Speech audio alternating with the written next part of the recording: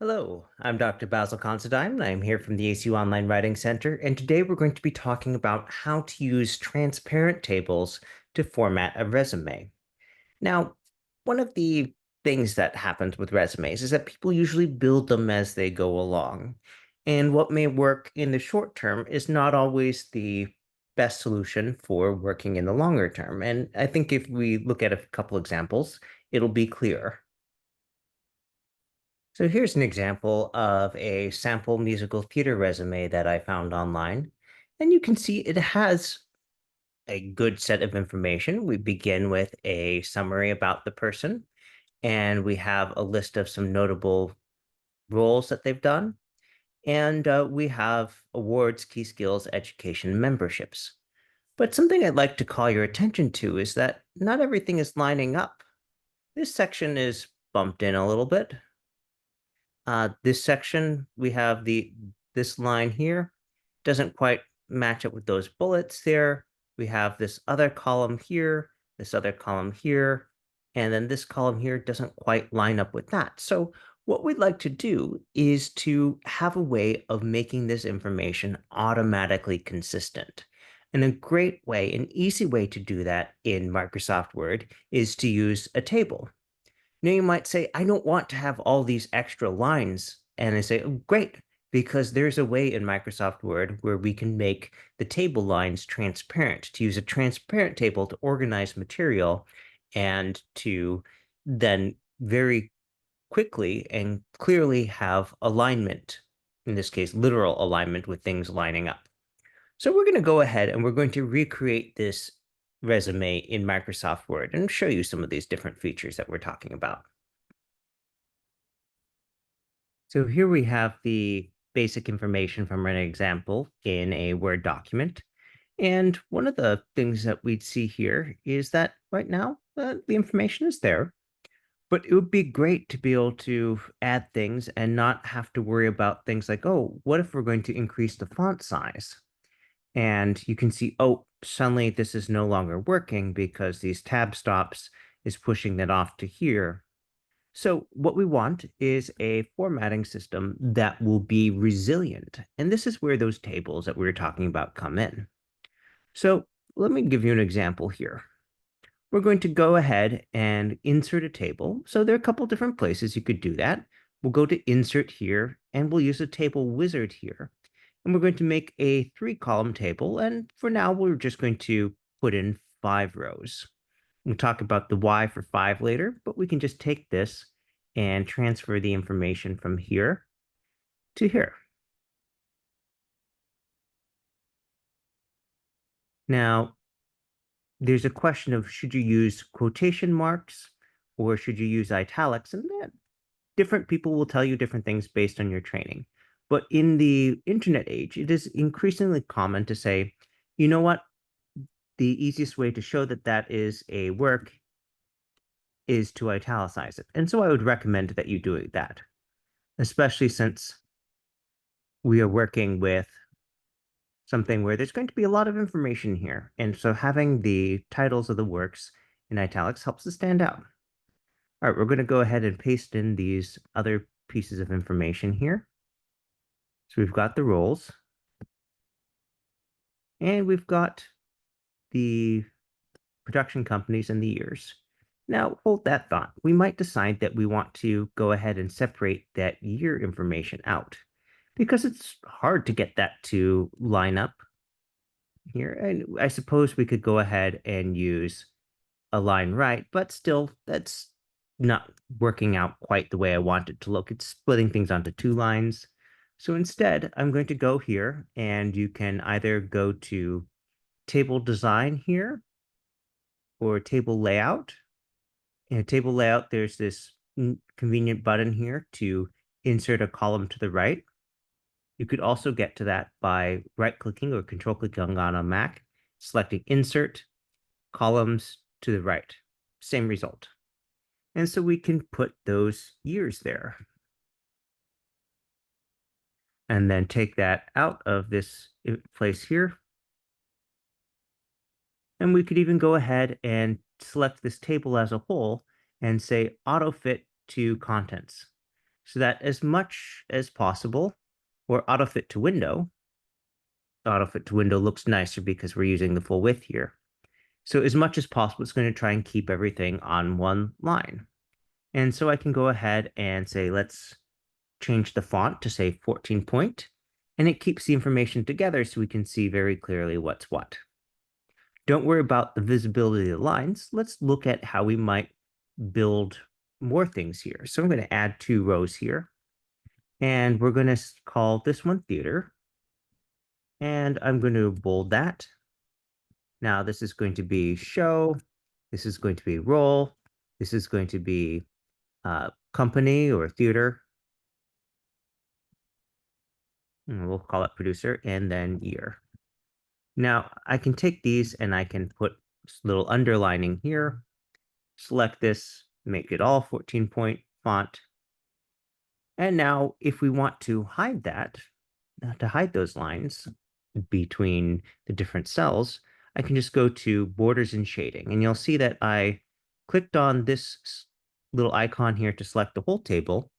Then you can control click on a Mac or right click on a PC, select borders and shading, and set that to none.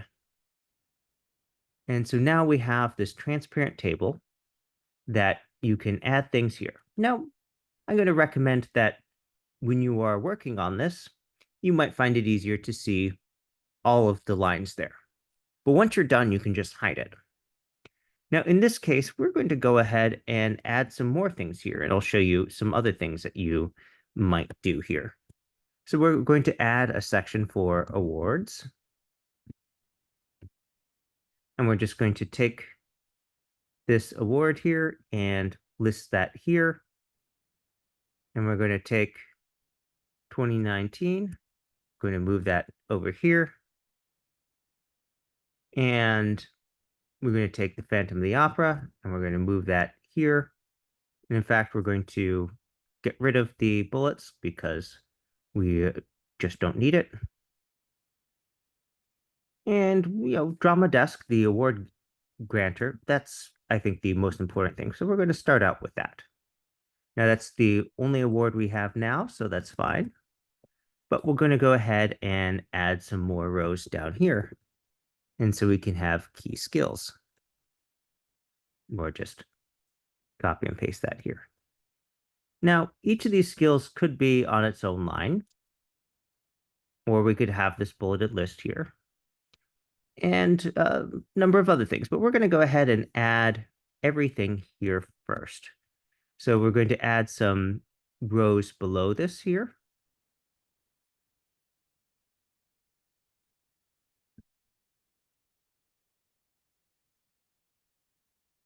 Get rid of those bullets. And so we'll have one for education. All this information is really one entry here. Memberships. And then we have these 2 here. And we don't think we really need to have those on separate lines. Now, you might say, well, that's very compressed here, but we can take this organization and we can do a few other things to make it clearer for what we want. So, for example, we could take Phantom of the Opera and paste that in there. And if we're going to have a lot of awards, we could even merge these cells. So this is still lined up, but we have a nice 2-line thing for here. Same thing, we could take this area here, merge all these cells, and so now it is fitting in there. And in fact, you could say, all right, we do like the bullets. Let me go ahead and add that to that as well, and our bullets will line up here. Now the font is different size. That's why we can change it here. But the basic organization is remaining the same. And so here we might say, okay, we're going to take the date here and move that here. We could take this here. We're going to merge these cells. In fact, we could even take these and merge them together if we wanted. So now that's taking up fewer lines. Now, while we're listing dates here, if you're done with a degree, normally you'll just list when that was completed. And in fact, here I'm going to take this whole row and I'm going to set that to be right aligned. So it's all lining up on the right-hand side here. Now, just as before, we're going to go ahead and we are going to merge this. And we can make those bulleted.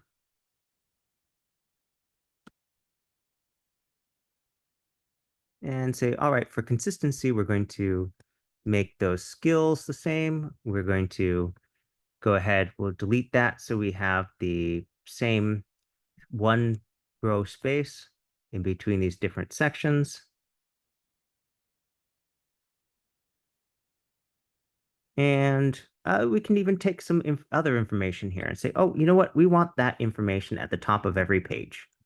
We'll go ahead, put that into the footer, sorry, into the header.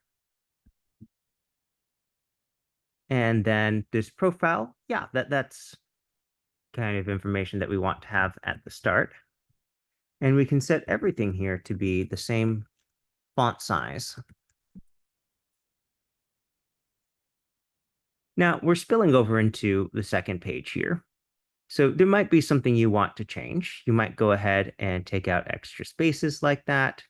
You might decide that maybe 14-point font isn't the size we need. But whatever you're doing, we're starting from this point of, oh, here's what we have. We have very consistent formatting of this. So I can take this and say, let's change that to 13-point font. Now it does fit on one page. Maybe I go ahead and I have some more rows. I can go ahead and insert a row above so that we can add more rows. Or I can say, all right, we're done. I'm going to hide all of the table formatting, again, by right-clicking, selecting borders and shading, and setting this to none. Okay. And there we have this nice, clean formatting. Now, looking back at this, we can see, oh, hey, there's an extra space. Let me take that out.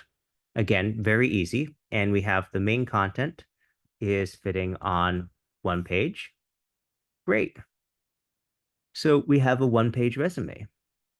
Now you might do other things. You might decide that this section is going to have a larger font. You might decide that all of this you want to be 12 point, as you add more things to the resume. But again, we start from the point of let's take this whole table and let's hide that formatting.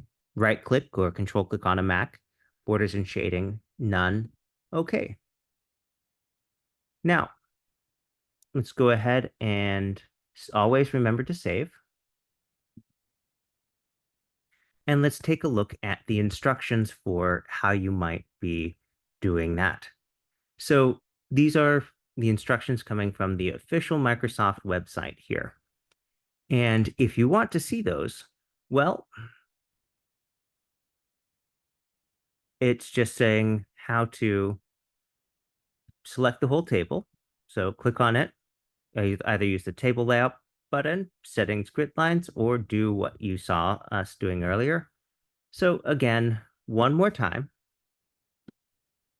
if you click into a table, anywhere in the table, we see this little box here. Click on that to select the whole table. And then you can control click, or on a Mac, right click on a PC. Or if we go here to table design, you can see we can turn on different borders, like all borders or no borders, like that. Now, you might say, hold on, what if I want the split names to be formatted? Great, I'm glad that you asked. Because one thing you can do is you can select a column like this and then use these to have anything on the second line be indented slightly. And so long as you're inserting a row above or immediately below this, it will remember that same formatting. So that's very easy to do and is a great way to save you time on updating things. All right, that's it. If you have any other questions, feel free to visit us online. We take requests all the time for instructions for how to do things, referral to resources. You can send us an email at onlinewritingcenter@acu.edu. Go to my.acu.edu and under groups, select the Online Writing Center and follow the instructions to make an appointment, or visit the Online Writing Center website. Have a good day.